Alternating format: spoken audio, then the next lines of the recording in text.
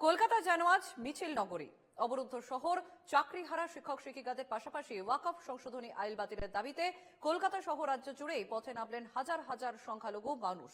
মৌলালির রামলীলা ময়দান থেকে দিন দুপুর 2টো নাগাদ জমায়েতে উলেমার উদ্যোগে শুরু হয় প্রতিবাদ মিছিল এবং মিছিল শুরুর আগেই রাজ্যের গ্রন্থাগার মন্ত্রী সিদ্দিকুল্লাহ চৌধুরী বলেন 1 কোটি মানুষের স্বাক্ষর সম্বলিত প্রতিবাদপত্র পাঠানো হবে প্রধানমন্ত্রীর কাছে। নেতাজি ইন্ডোরে বাংলায় ওয়াকফ আইন লাগু হতে দেবেন না বলে বুধবার হুঙ্কার দিয়েছিলেন মুখ্যমন্ত্রী মমতা বন্দ্যোপাধ্যায়।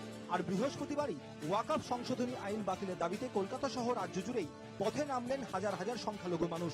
মৌলালির রামলীলা ময়দান থেকে দিন দুপুর 2টো নাগাদ জামিয়াতে উলেমার উদ্যোগে শুরু হয় প্রতিবাদ মিছিল। মিছিল শুরুর আগে রাজ্যের গ্রন্থাগার মন্ত্রী সিদ্দিকুল্লাহ চৌধুরী বলেন 1 কোটি মানুষের স্বাক্ষর সম্বলিত প্রতিবাদপত্র পাঠানো হবে প্রধানমন্ত্রীর কাছে।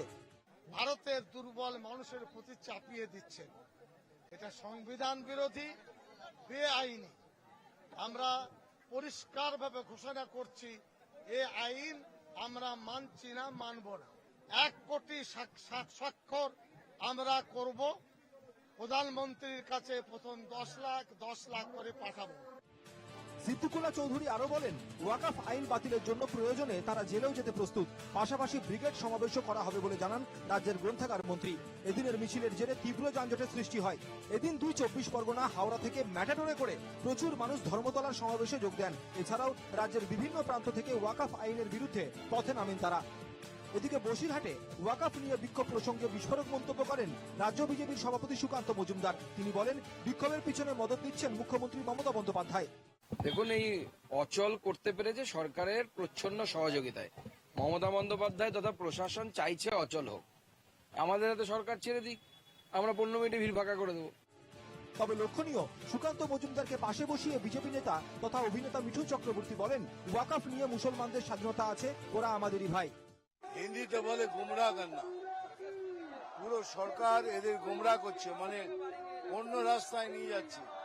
ওয়াকফ বিল প্রত্যেকটা মুসলমান ভাইদের জন্য ভালো, বোনেদের জন্য ভালো, আর স্পেশালি মুসলমান মহিলাদের জন্য সব থেকে ভালো। তবে ওয়াকফ আন্দোলন নিয়ে বিজেপির ফাঁদে পা দিয়ে উগ্র আন্দোলন না করতে আবেদন জানিয়েছেন তৃণমূল নেতা কুণাল ঘোষ। মমতা বন্দ্যোপাধ্যায় পরিষ্কার বলে দিয়েছেন ওই বিলের যে ক্ষতিকারক দিক আছে, বাংলায় কোনো অবস্থায় ওই ক্ষতিকারক দিকগুলো কার্যকর করতে দেওয়া হবে না। এদিকে আগামী 16 এপ্রিল শীর্ষ আদালতে উঠেছে ওয়াকফ মামলার শুনানি। সুপ্রিম কোর্টের প্রধান বিচারপতি সঞ্জীব খান্নার এজলাসে উঠছে ওয়াকফ মামলা। ওয়াকফ আইনের সংশোধন চেয়ে অমুসলমান মহিলা হিসেবে পার্টি হয়েছেন কৃষ্ণনগরের তৃণমূল সাংসদ মহুয়া মৈত্র।